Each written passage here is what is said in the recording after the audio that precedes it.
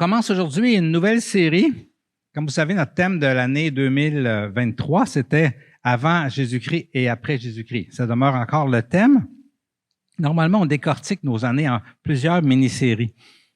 Mais on avait de la misère à décrocher de notre thème de l'année parce qu'il y avait tellement de choses à dire. On aurait pu continuer probablement pendant bien des années à dire des choses sur avant Jésus-Christ et après Jésus-Christ, parce que c'est ce qui fait toute la différence, c'est la venue de Jésus a tout changé l'histoire de l'humanité et de la création au complet. Mais là, on avait à cœur cette petite mini-série-là, une mini-série qui va durer 1 à 2 mois avant notre série de Noël. Et c'est le chemin, la vérité et la vie. Et dans un thème où on parle de avant Jésus-Christ et après Jésus-Christ, le centre de ce thème-là, c'est ce que Jésus a dit à ses disciples à un moment donné. Je suis le chemin, la vérité et la vie. Et on avait à cœur d'aller plus profondément dans ce thème-là.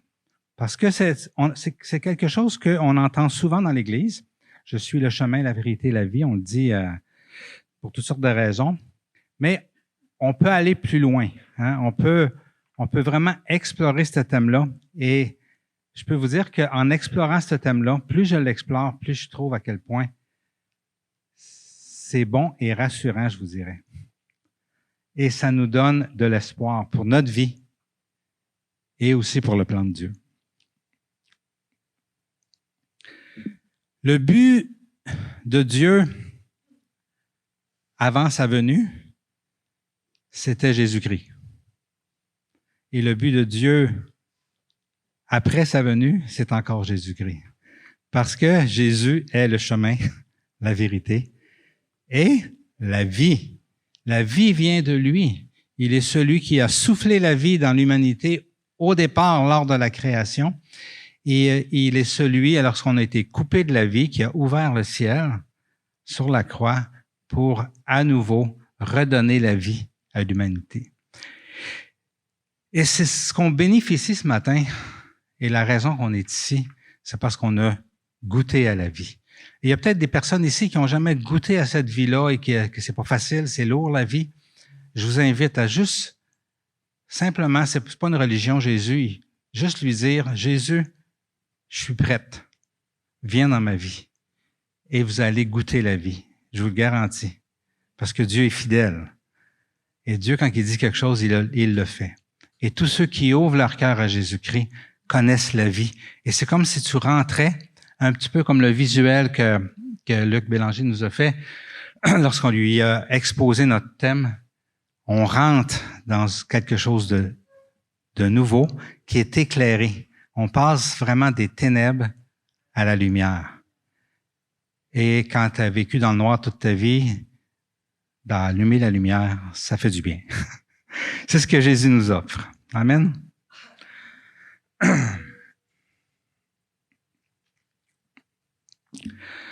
Dans un monde perdu, comme on vit,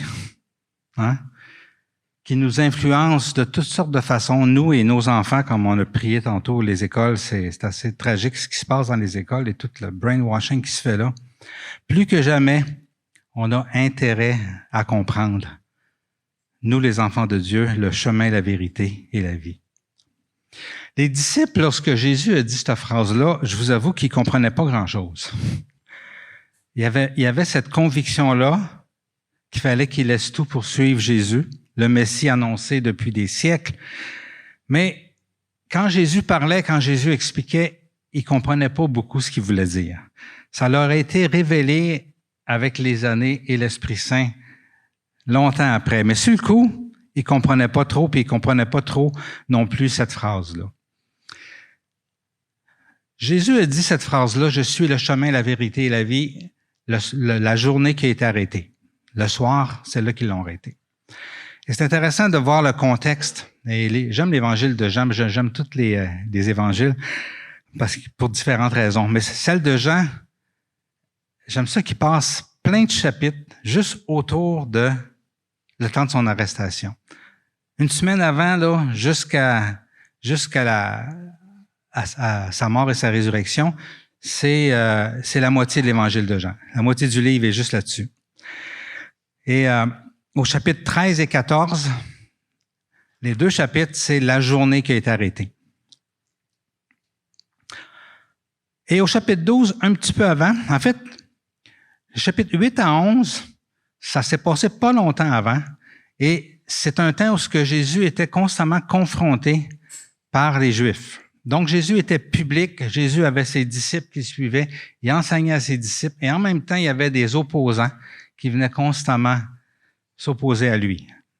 Et essayer de trouver une raison de l'accuser et une raison de l'arrêter et une raison de le faire mourir. Hein, la Bible a dit qu'il voulait le faire mourir à ce moment-là. Ce qui empire au chapitre 11, c'est que Jésus ressuscite un homme qui était connu des chefs religieux, Lazare, et qu'il ressuscite après 4 jours qu'il soit dans le tombeau. On a vu d'autres résurrections d'enfants qui venaient de mourir, Jésus les a relevés, mais là, lui, ça faisait 4 jours qu'il était dans le tombeau. Et ça l'a fait la manchette. Et pour certains, ça l'a fait comme « Wow, il est vraiment le Messie. » En tout cas, il y a quelqu'un de spécial. Dieu est vraiment avec lui. Mais pour d'autres, ça a fait le contraire.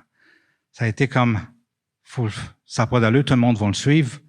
Il faut le faire mourir. Il faut l'arrêter, il faut le faire mourir parce qu'il est trop dérangeant. » Donc, la persécution, l'opposition a empiré à partir de ce moment-là. Rendu au chapitre 12, on est à peu près 1 semaine avant son arrestation. Et là, le chapitre commence où Marie-Madeleine verse du parfum sur lui. 6 jours avant la Pâque, on lui reproche pour toutes sortes de raisons. Le lendemain, Jésus entre de façon triomphale dans la ville de Jérusalem. Et pas longtemps après, on arrive au chapitre 13, la journée de son arrestation. Donc, ses disciples comprennent pas trop où est-ce qu'il veut en venir avec tout ce qu'il raconte et tout ce qu'il dit. Ils sont attirés, ils trouvent ça bon. Quand ils parlent, ça leur fait du bien. Mais ils comprennent pas trop, ils comprennent même pas pourquoi Jésus s'oppose tant que ça aux pharisiens. Même des fois, ils reprochent, puis ils disent, Jésus, ils n'ont pas aimé ça, là. T'es scandalisé. Ça les dérange que Jésus dérange les chefs religieux et qu'ils leur disent des choses qu'ils n'aiment pas entendre. Et pendant cette période-là aussi, Jésus commence à annoncer qu'il doit mourir. Et ça, il n'aime vraiment pas ça. Donc, cette journée-là, la journée de son arrestation, Jésus prépare le repas de la Pâque. Il leur lave les pieds. OK? Pierre veut pas. Il lui dit, il faut. OK? Et vu que c'est pas mon sujet aujourd'hui, je n'irai pas plus profondément là-dedans. Mais il finit par tout leur laver les pieds, y compris Judas. Et finalement, Judas finit par sortir pour aller le livrer au chef religieux. Et c'est pendant cette période-là, dans ce souper-là, qu'à un moment donné, il y a une conversation. Hein? Et Jésus dit que votre cœur ne se trouble pas. Croyez en Dieu, croyez aussi en moi. Okay? Parce que ce qu'ils viennent de leur dire au chapitre 13, c'est un peu troublant. Entre autres, qui était pour mourir, qui était pour s'en aller. Fait qu'il dit que votre cœur ne se trouble pas, croyez en Dieu, croyez en moi. Il y a beaucoup de demeures dans la maison de mon Père. Si c'était pas le cas, je vous l'aurais dit. Je vais vous préparer une place. Et puisque je vais vous préparer une place, je reviendrai et je vous prendrai avec moi, afin que là où je suis, vous y soyez aussi. Puis là, il dit, vous savez où je vais et vous en savez le chemin. C'est ce « vous savez le chemin » et « vous savez où je vais » qui a enclenché la conversation entre les disciples et Jésus. Et c'est là que notre ami Thomas, un des apôtres de Jésus, qui lui dit « Seigneur, nous ne savons pas où tu vas. Comment pouvons-nous en savoir le chemin? » Le contexte est intéressant ici parce que quelques semaines auparavant, Jésus avait dit aux opposants juifs, « vous ne pouvez pas venir où je vais. Peut-être qu'à ce moment-là, les disciples se sont dit, ça c'est moi qui interprète, il a bien fait de le dire, eux autres ne peuvent pas aller où ce que Jésus y va. Nous autres, on peut y aller. On le suit tous les jours. Donc, c'est pour nous autres. Nous sommes les élus de Jésus. Et les méchants pharisiens, ils ne peuvent pas aller où ce que Jésus va. Mais si on regarde au chapitre 13, quelques minutes avant la question de Thomas, c'est intéressant de voir ce que Jésus leur a dit après souper. Il dit, « Mes petits-enfants, je suis encore avec vous pour un peu de temps. Vous me chercherez. Ce que j'ai dit aux Juifs, vous ne pouvez venir où je vais, je vous le dis à vous aussi. » Oups. Nous autres non plus, ça a l'air qu'on ne peut pas y aller. Où est-ce que lui s'en va?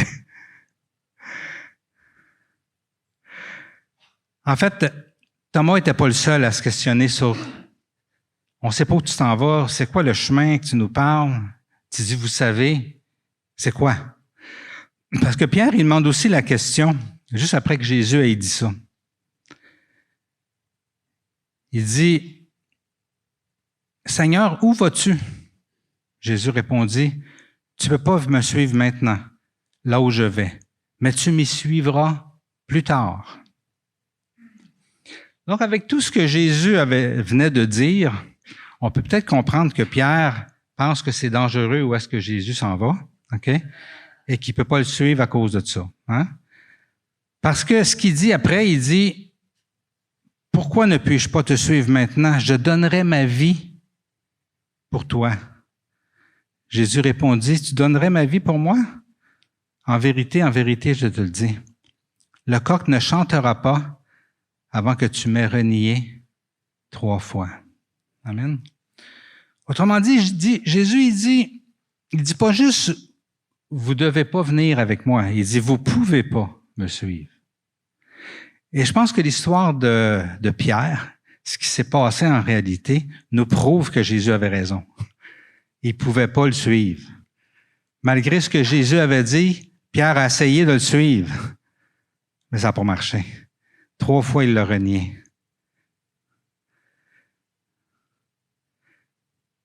Quand Jésus a dit, « Vous savez où je vais et vous en savez le chemin », c'est là que Thomas demande sa question. « Seigneur, nous ne savons pas où tu vas. Comment pouvons-nous en savoir le chemin? » Pierre, il veut le suivre, mais finalement, il s'aperçoit qu'il ne peut pas. Et ce qu'on s'aperçoit quand on lit ça, c'est que Jésus disait, « Le chemin que je vais prendre, moi, qui est de me faire arrêter, être mis en prison, être questionné, être flagellé et être crucifié, finalement, vous ne pouvez pas faire ça. Vous n'en avez pas la capacité. Et de toute façon, ce n'est pas votre chemin à vous, c'est mon chemin à moi. » Les gens ne comprenaient pas pourquoi.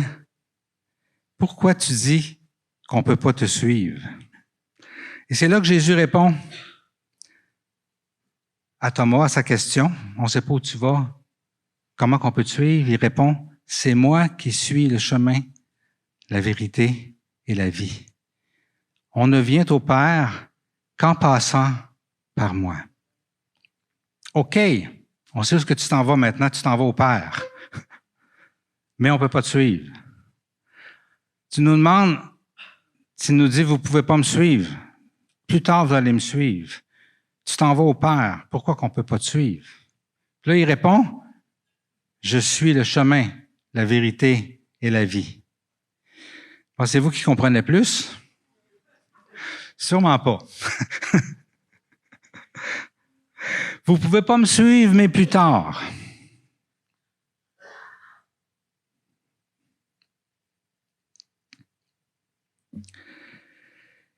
Jésus dit, vous allez me rejoindre plus tard, mais pas par le chemin que moi je vais prendre. Pierre va vous montrer que vous n'êtes pas capable. Il l'a fait. C'est moi qui suis le chemin. Heureusement, il ajoute une petite explication après ça. Hein? Il emploie 2 temps de verbe pour cette explication-là. Il dit, si vous me connaissiez, vous connaîtriez aussi mon Père. Conditionnel. Si vous me connaissiez, vous connaîtriez aussi mon Père. Là où je m'en vais, là. OK? Il dit, et dès maintenant, vous le connaissez et vous l'avez vu. Comprenez encore moins.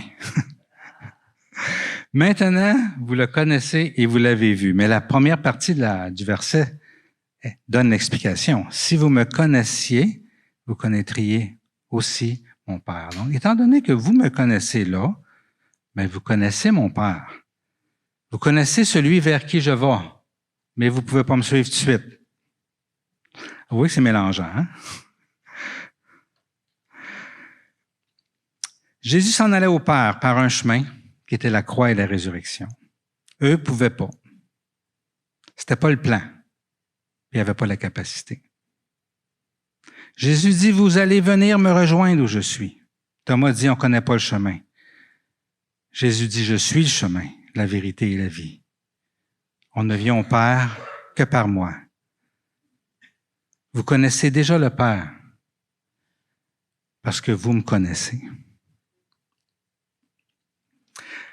C'est intéressant comment le chapitre commence. Et je vous avoue que ça m'a éclairé.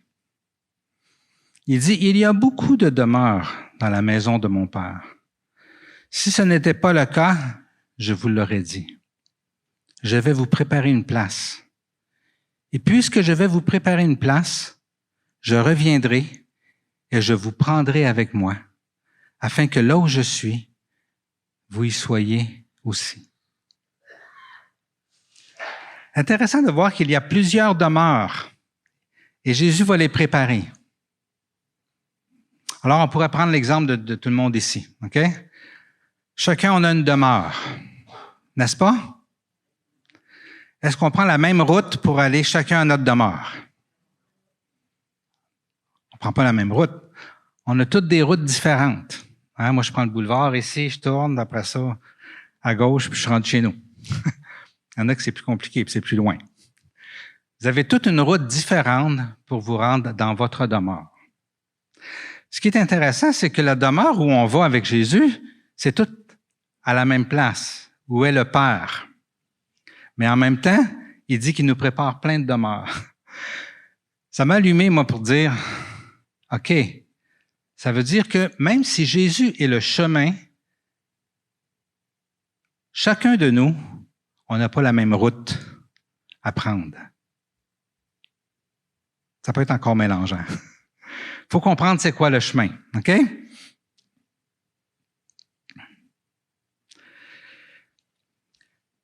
En fait, Jésus est en train d'expliquer tout le mystère de notre route en tant que chrétien à ses disciples.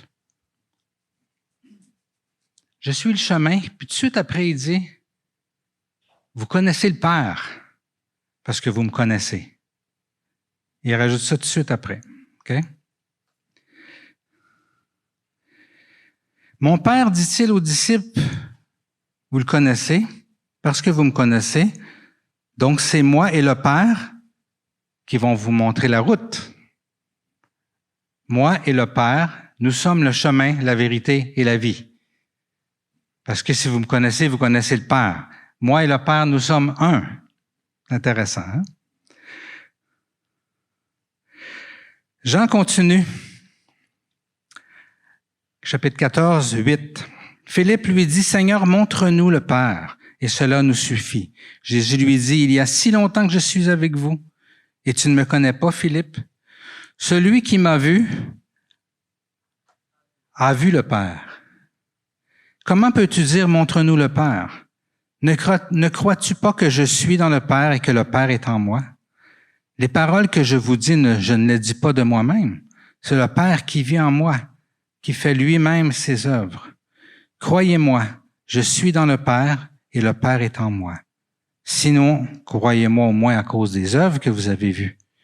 En vérité, je vous le dis, celui qui croit en moi fera aussi les œuvres que je fais, et il en fera même de plus grandes, parce que je vais vers mon Père. Tout ce que vous demanderez à mon nom, je le ferai, afin que la gloire du Père soit révélée par le Fils.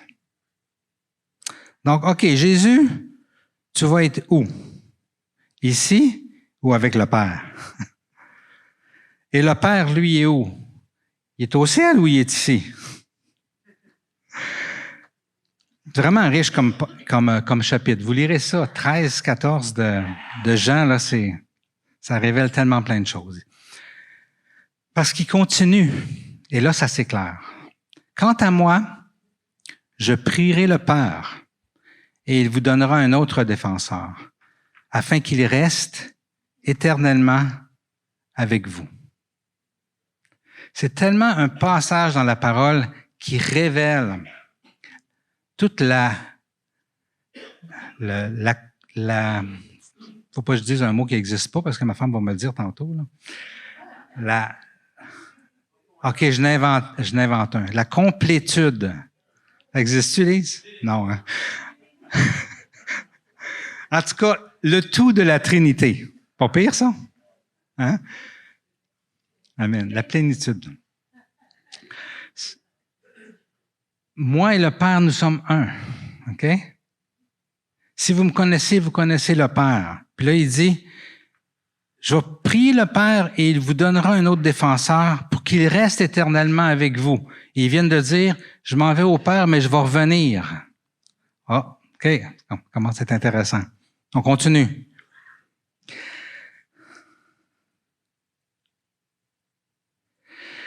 L'esprit de vérité que le monde ne peut pas accepter parce qu'il ne le voit pas et ne le connaît pas. Mais vous, vous le connaissez, car il reste avec vous et il sera en vous. Ils viennent juste de dire, vous connaissez le Père, parce que si vous me connaissez, vous connaissez le Père. Puis là, il dit, bien, vous connaissez l'Esprit, parce que si vous me connaissez, vous connaissez l'Esprit. Et en ce moment, l'Esprit est avec vous, et il reviendra, mais il sera en vous. Amen. Les trois en une seule personne. Et ça ne s'arrête pas là. Verset 18, « Je ne vous laisserai pas orphelin. Je reviens vers vous. Encore un peu de temps, et le monde ne me verra plus. Mais vous, l'Église dans la Naudière, vous me verrez. Parce que je vis, et vous vivrez aussi. » Et là, il dit, « Ce jour-là, vous saurez que je suis en mon Père, que vous êtes en moi, et moi en vous. » Wow! En lisant ces chapitres-là, on perçoit la profondeur de ce que Jésus a dit lorsqu'il a dit « Je suis le chemin, la vérité, la vie. » Mais je suis tout ça. Et tout ça, c'est en vous. Parce que l'Esprit habite en vous. Et l'Esprit puis le Père, c'est la même chose. Et l'Esprit puis moi, c'est la même chose. Et moi et le Père, nous sommes un. Et il est en vous. Alors ce chemin-là, ben, il est en vous. Ce que je suis, le chemin, il est en vous. La vérité, elle est en vous. La vie, elle est en vous. Amen.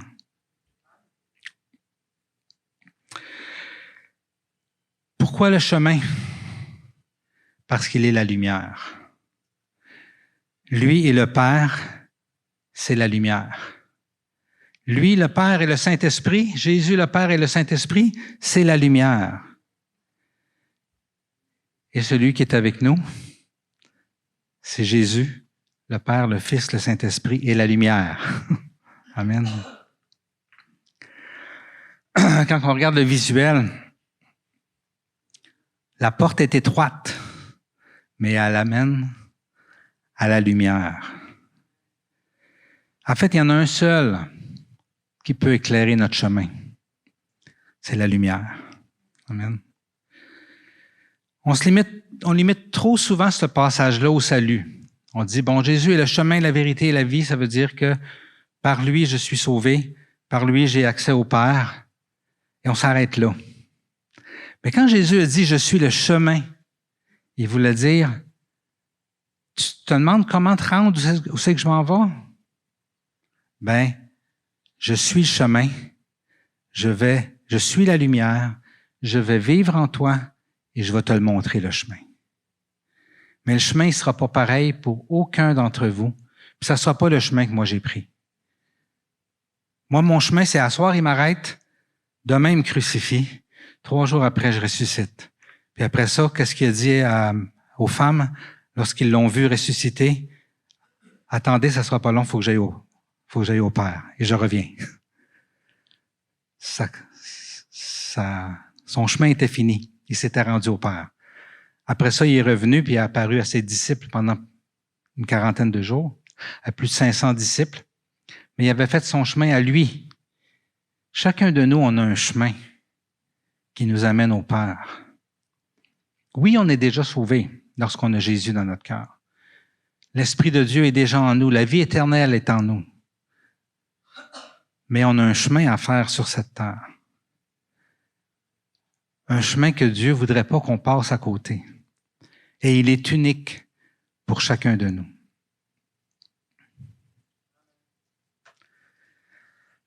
Juste quelques jours avant cette conversation-là, on peut le lire dans le chapitre 12 de Jean, alors qu'il était avec plein de monde autour de lui. Ça dit, Jésus s'écria, « Celui qui croit en moi ne croit pas seulement en moi, mais en celui qui m'a envoyé. Et celui qui me voit, voit celui qui m'a envoyé.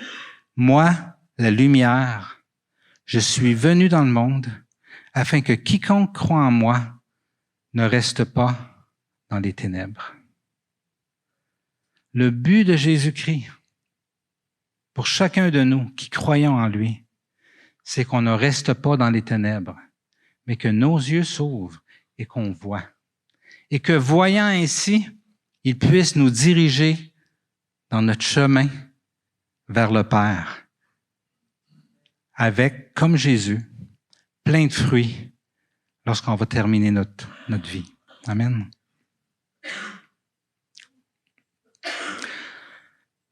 Thomas qui affirmait comment on peut te suivre si on ne connaît pas le chemin, il a fini par comprendre. Et si on regarde l'histoire de la vie de Thomas, on s'aperçoit que ce n'était pas la vie de Jésus. Il n'a pas été aux mêmes places, il n'a pas fait la même affaire. Mais il a eu une vie riche. Hein?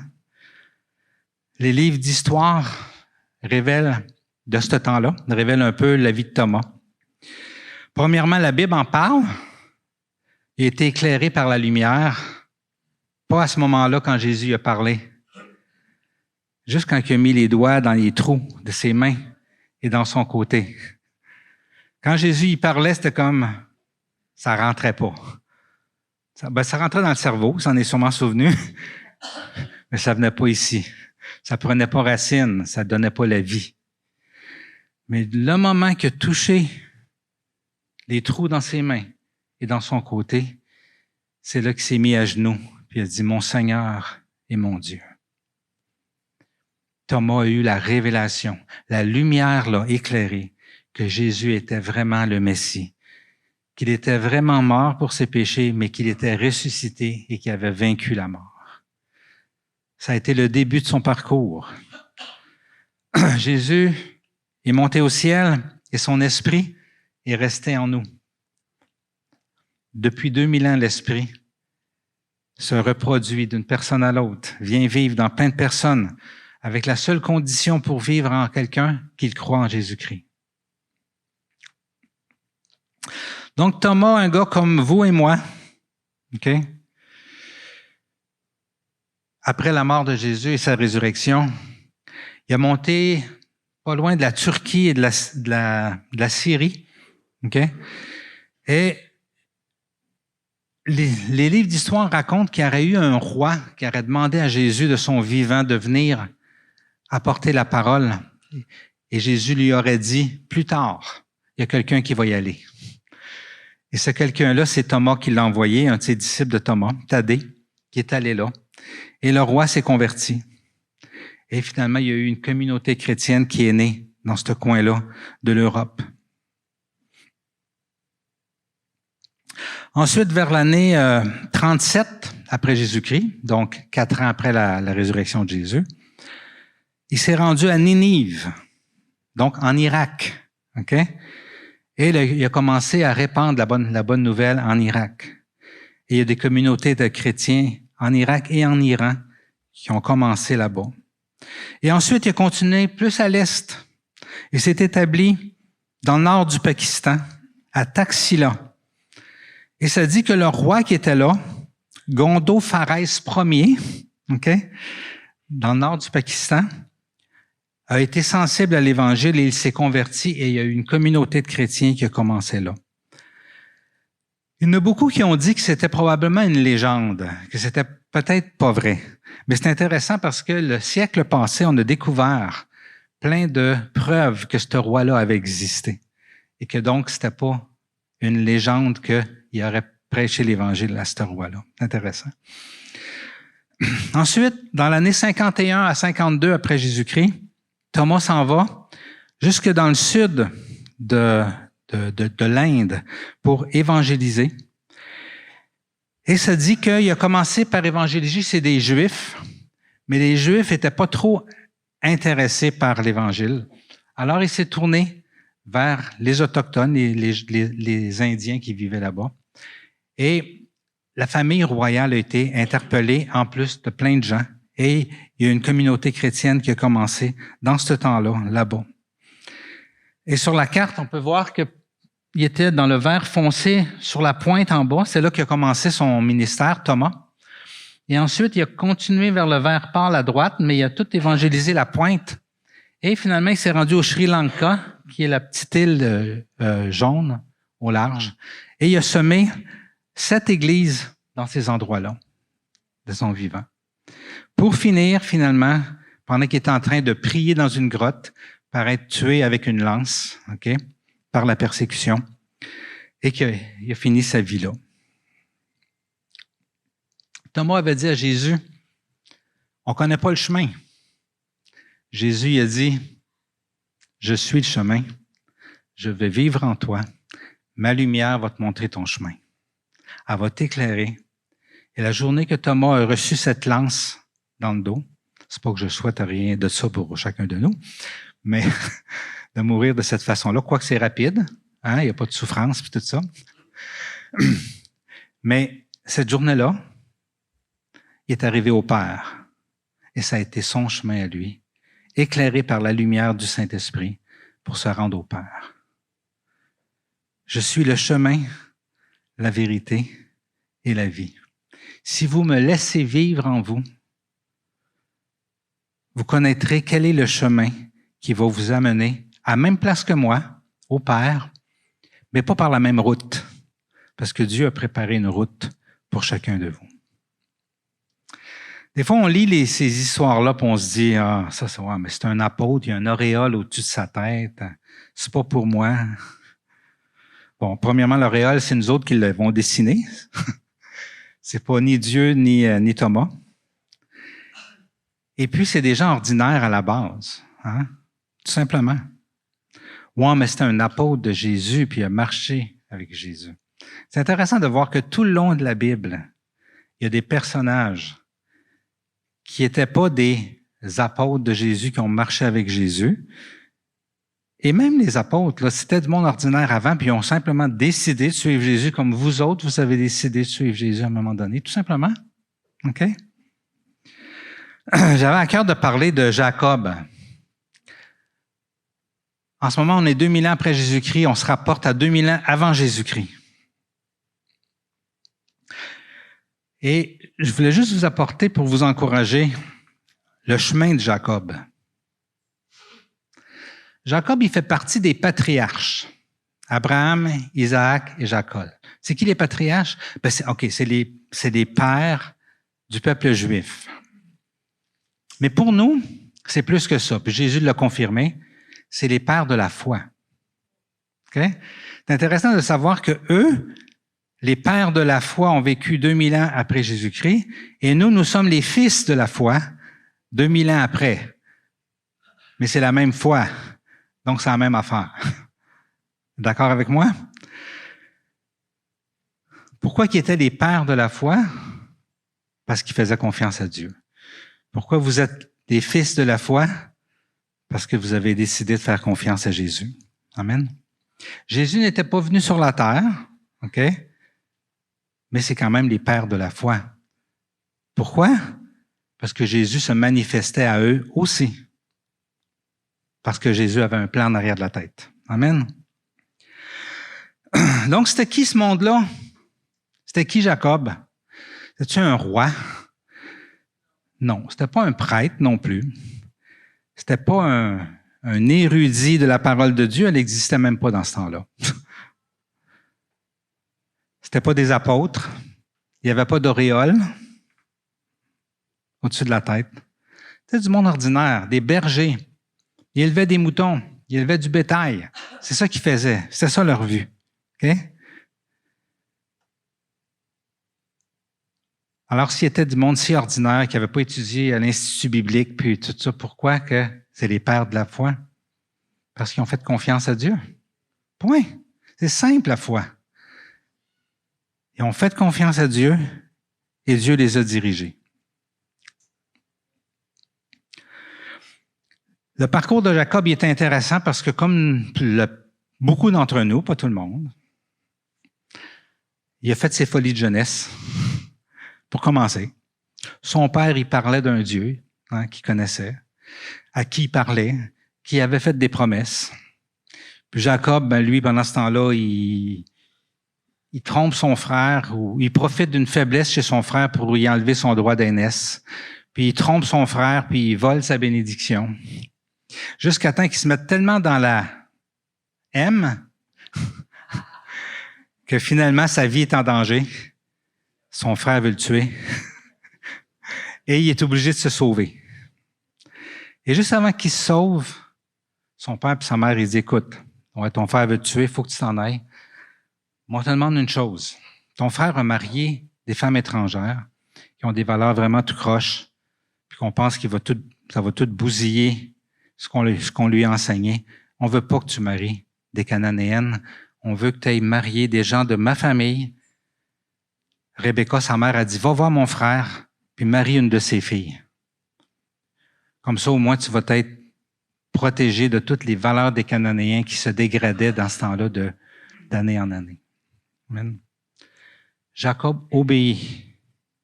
C'est bon l'obéissance, hein? Ça apporte du fruit. Et Jacob s'en va comme il leur a dit. Et en chemin, il se passe quelque chose. En s'en allant vers le frère de Rebecca,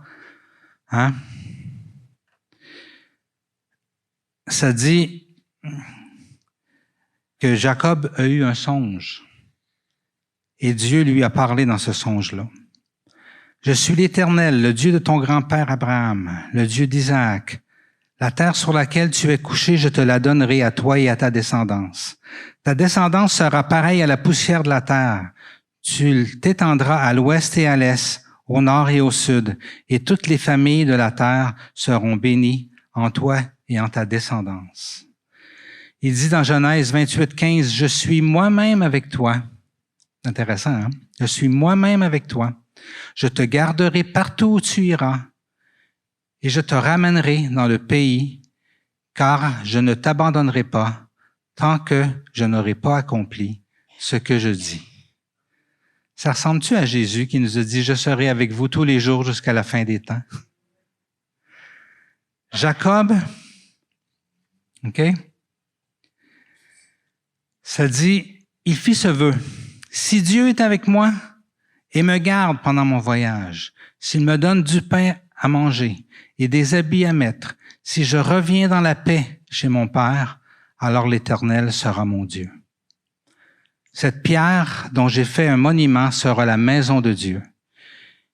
Et je te donnerai la dîme de tout ce que tu me donneras. Amen. Jacob a décidé de faire confiance à Dieu.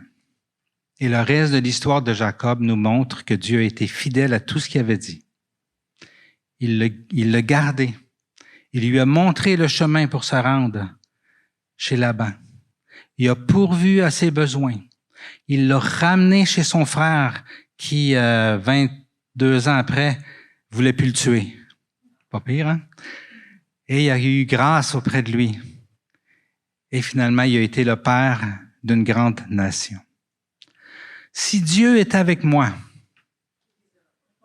Jésus a dit, je suis avec vous tous les jours jusqu'à la fin du monde. Il a dit aussi, je vais au Père et je reviens. Et il a dit, là où tu seras, je serai avec toi, où tu seras avec moi. Donc, c'est rempli pour nous. Ça marche? Si tu es avec moi et si tu me gardes pendant mon voyage, Jésus a dit, celui qui croit en moi ne connaîtra jamais la mort, car il est déjà passé de la mort à la vie. Dieu nous protège de la mort qui n'a plus aucun pouvoir sur nous. On ne connaîtra pas la mort. On est déjà passé de la mort à la vie. Qu'est-ce qui peut nous arriver de pire que la mort? Après ça, il dit, s'il me donne du pain à manger et des habits à mettre.